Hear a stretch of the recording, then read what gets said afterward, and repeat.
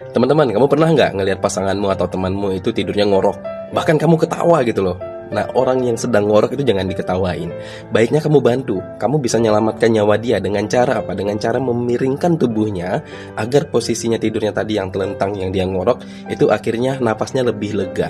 Tidak ngorok, karena orang yang ngorok itu bisa terjadi risiko yang disebut dengan OSA atau sleep apnea, dan ini terjadi berulang kali selama dia tidur pada saat dia ngorok. Pada saat terjadi sleep apnea ini, itu oksigen di otak, oksigen di tubuh itu nggak masuk, yang akhirnya membebani jantung, membebani otak. Dari penelitian, orang yang mengalami sleep apnea itu memiliki resiko yang berkali lipat lebih tinggi untuk mendapatkan penyakit jantung ataupun stroke.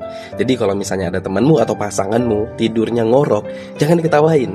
Kamu bantu dia, miringkan tubuhnya agar napasnya lebih lega dan dia bisa tidur dengan tenang tanpa ada suara ngorok. Semoga informasi ini bermanfaat. Ingat Dr. Fit, ingat Dr. Fir. Sampai jumpa.